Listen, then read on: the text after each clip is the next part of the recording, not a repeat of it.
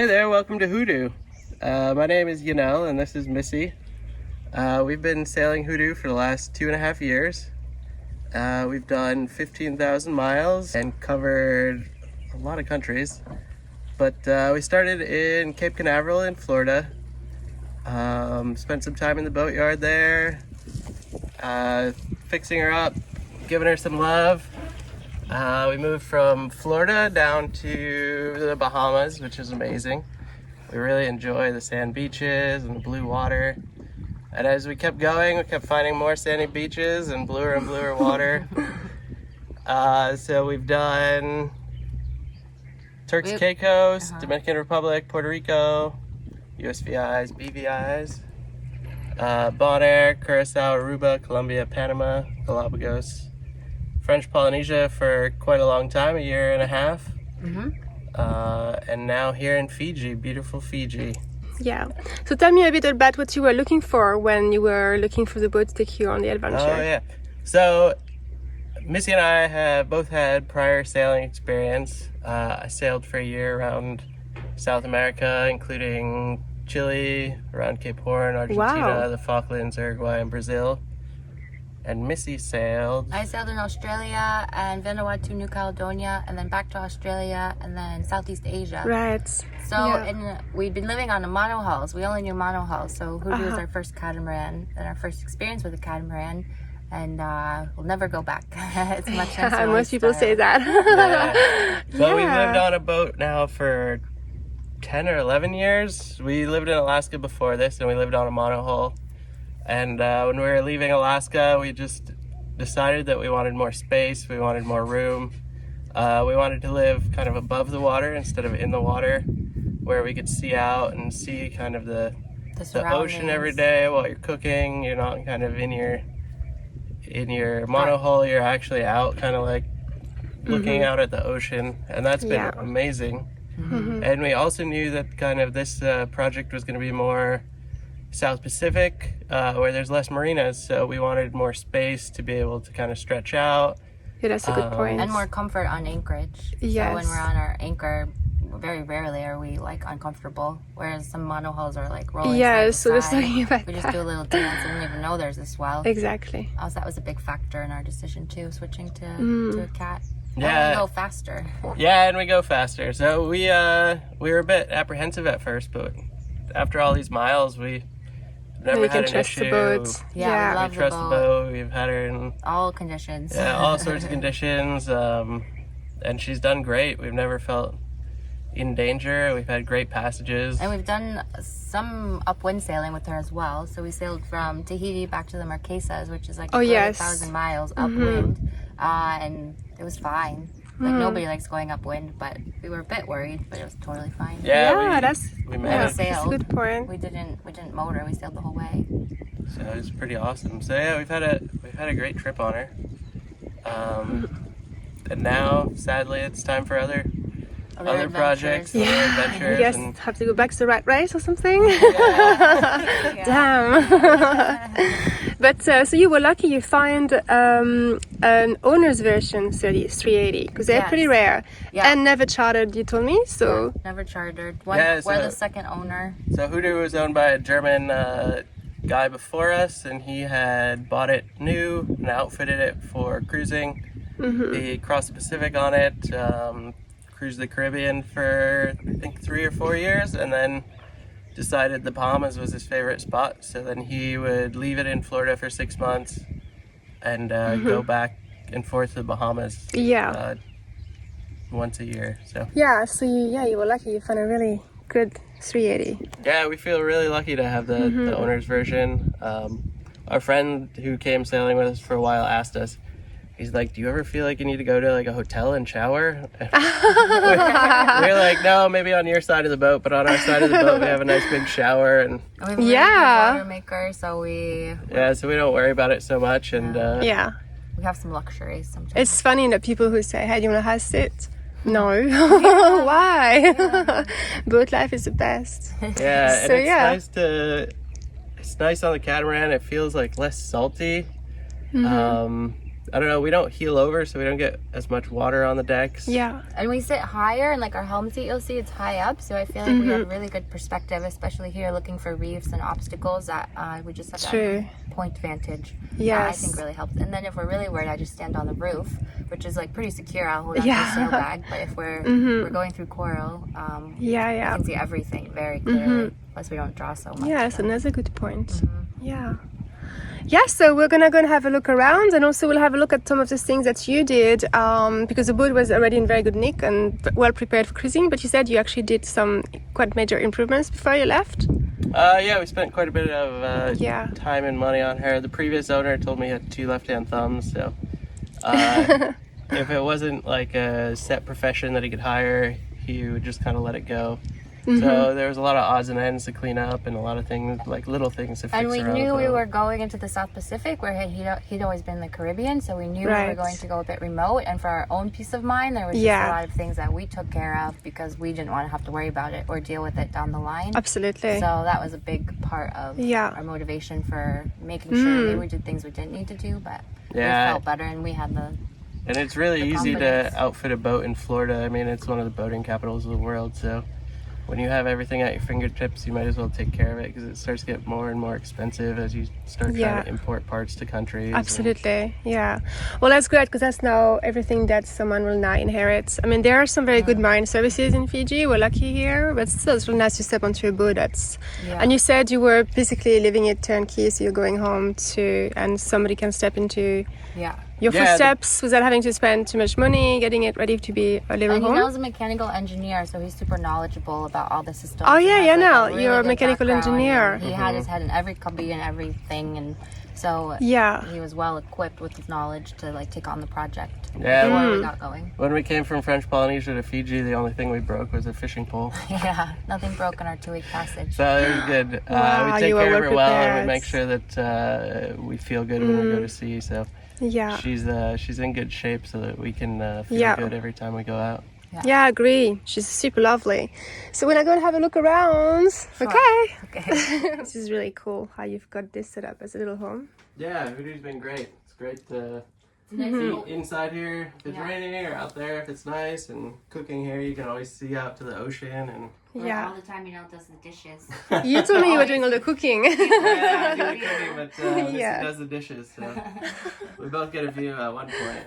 So we have the nice 3-burner stove, and then we change these doors. Usually the doors are the swing out ones, and we had our friend make this on the slider so that we can dry the dishes here. It's a great idea. You can utilize this counter space more. And then I always leave the pots and pans up there. I've never moved them on any passages, and I've never had one tip off. So. Catamaran luxury. It's the same with our spice jars over here. They never move. We don't really move much when we go on passage. No, we don't move anything really.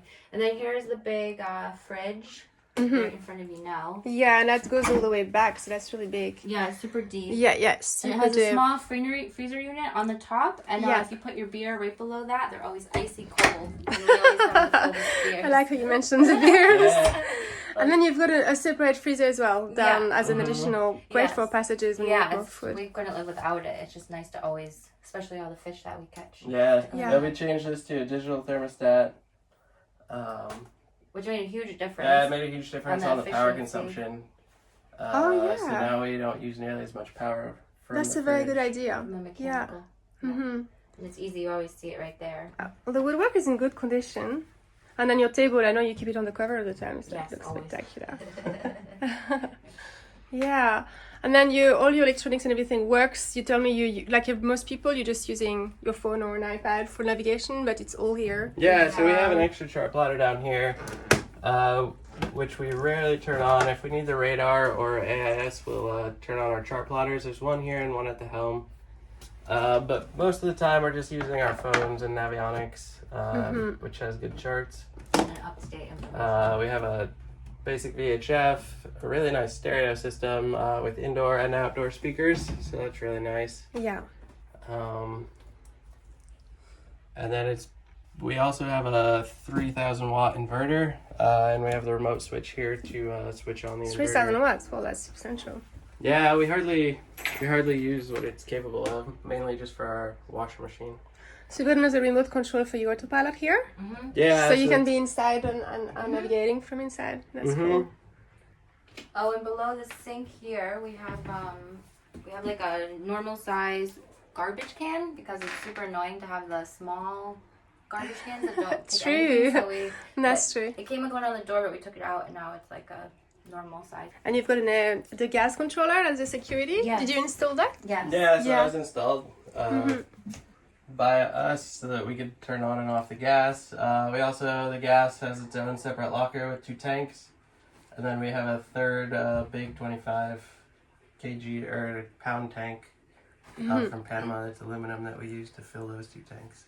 Right, you can fill one from the other. Yeah, so as you go more and more remote, like if you end up in the Lao group or something here in Fiji, you can have gas for like 4 or 5 months without worrying about having to go back to Sabu Sabu or running out. We can bake bread. We make all sorts of things in the oven, and we don't worry about our gas consumption. And having a barbecue as well. Oh, yeah. Yeah, and so we have the hose that connects our big gas tank to the barbecue, so you don't have to buy little green ones. Yeah. And then solar, you've got a lot of solar panels I can see. So that is, how many watts did you say you have? I think it's 435 watts of solar. And yeah, it produces enough power for the fridge and freezer on a good day.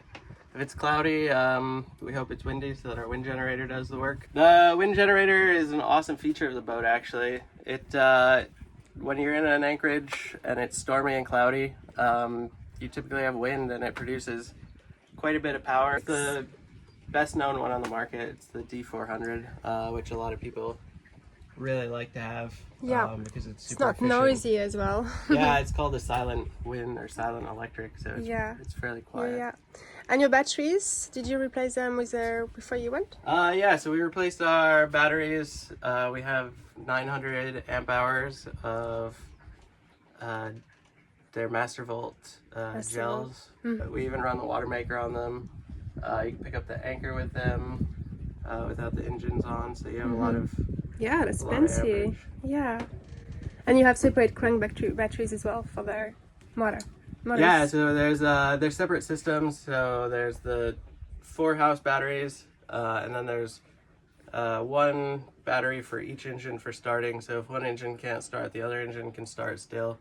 Oh yeah. And we just replaced one of the starboard side battery for the engine as it was failing.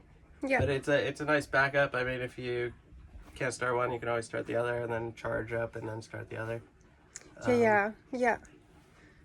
one of the big advantages of the catamaran too, is that you have 2 engines. It's a little more maintenance, but in the end, you have a backup. If you have one fail, you're not reliant on your sails to get through passes, which can be kind of pretty hairy. So you always have one engine kind of running, and they're totally separate systems.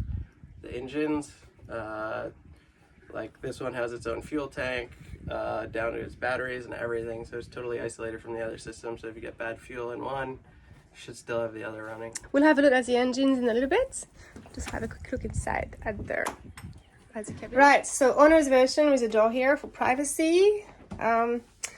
Just regular owner's version design. There's so much room in here, so much, and so much storage. It's very inviting. It's definitely not any smaller than you would find on a 40 or even a 42. Yeah, there's plenty of room there. So that would be a queen size bed. Lots of light, although that's closed right now. It's a bit of a hot day today. And then you're walking into just a little area there, and then into the bathroom. Just once again, it's very big for a 38-foot catamaran. Separate shower with a seat to sit down if you are in rough weather. It's all very neat. Nice view outside.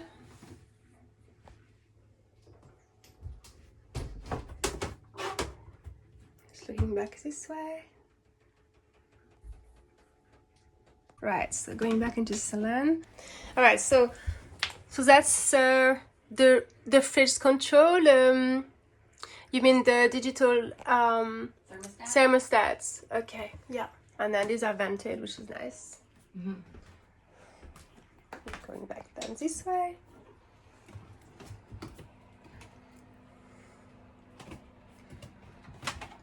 So again, the woodwork is in good condition. The floors are perfect. This is additional freezer there. It's really quite big, maybe about 100 liters. Nice and neat. There is a big cupboard behind the door there. And I'm going back down this way. Separate head area.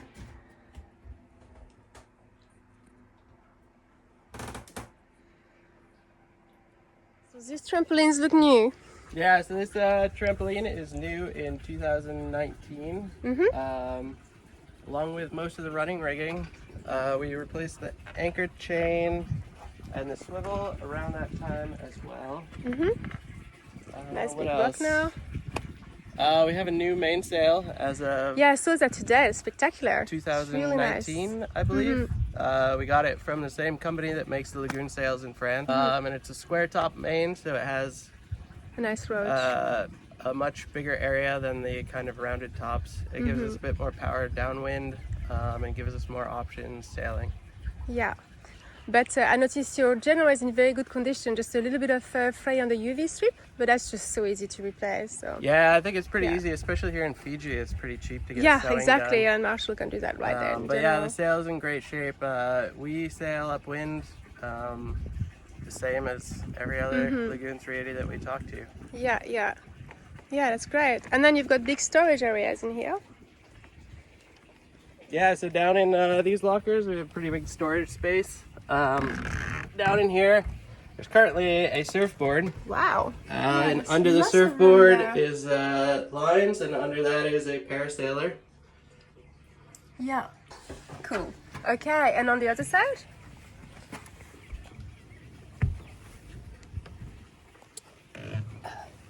So on the other side is the same. Well, it's actually a little bit smaller than that locker. That locker, because it's the owner version, yes, I see. is a little bit bigger on that side. And this side is a bit smaller.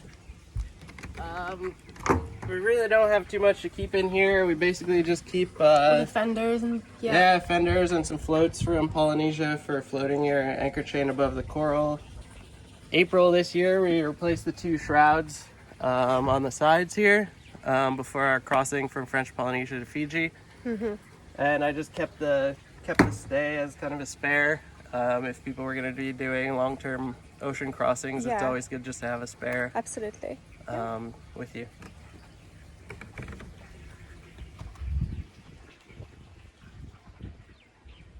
I love that you have a hot tub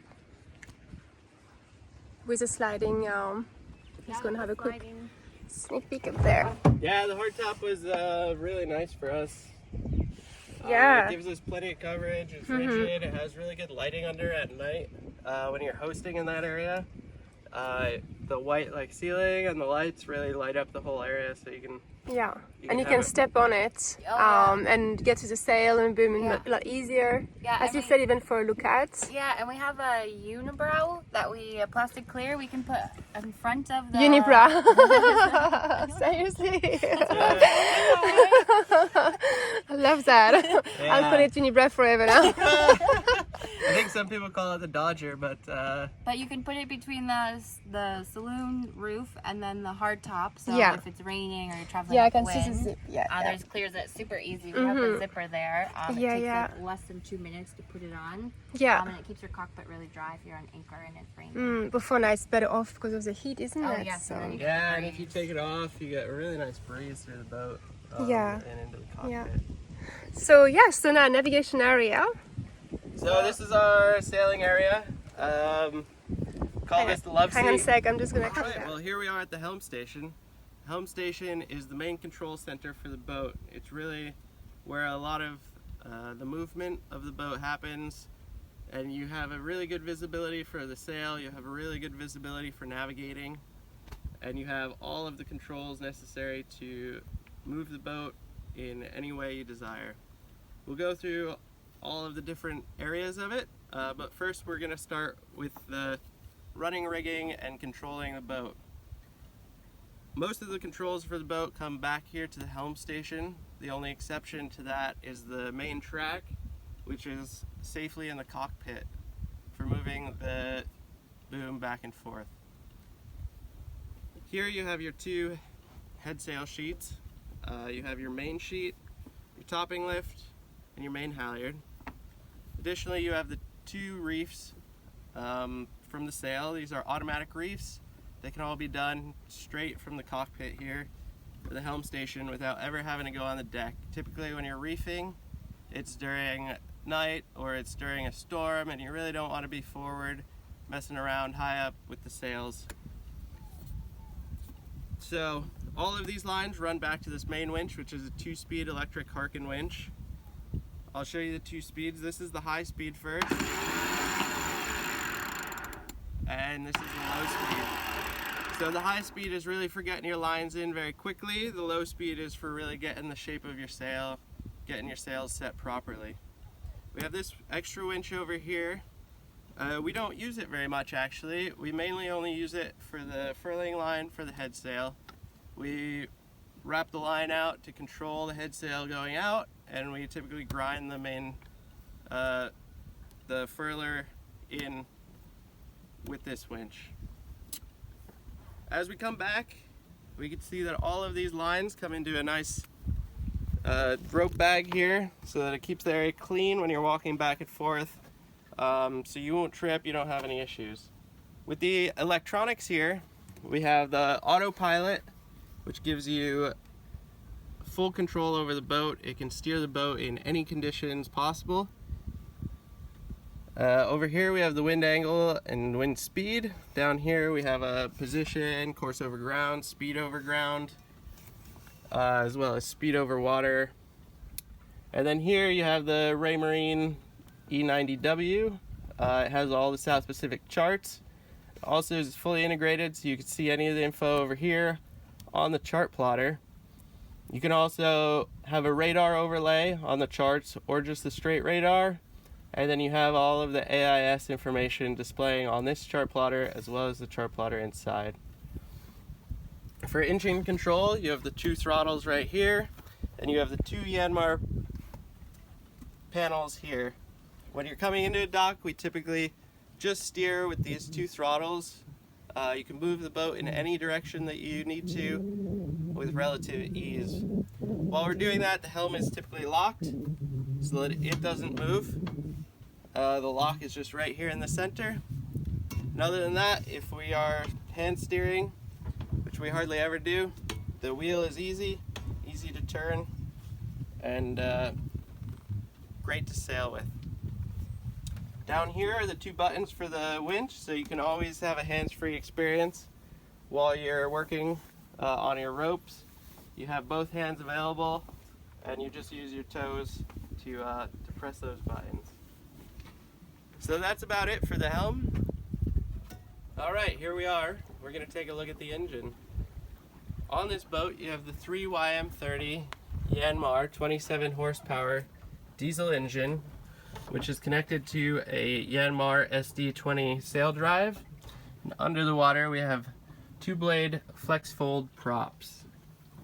Maintenance on these engines is very important to us. When we first bought the boat, we had Yanmar in Florida come and do a significant amount of work to get us a baseline on the engine so that we knew that we were in good shape. From there, I've done the maintenance on the engines at regular intervals as recommended by Yanmar. We've kept a log of all of the maintenance that has been done on the engines, and we've made sure that these are in great shape. We do this because we've been sailing the boat in remote places, and we want to make sure that we're able to get to the next spot. We're not being held up in different ports. In that same vein, we've spent quite a bit of money on spare parts, which will come with the boat. I think there's a list in the listing, but those spare parts really help you keep moving. You don't get stuck in a remote anchorage, you don't get stuck in a port waiting for parts. You should have almost everything that you need on board to quickly make an engine fix or a change of part and then keep moving.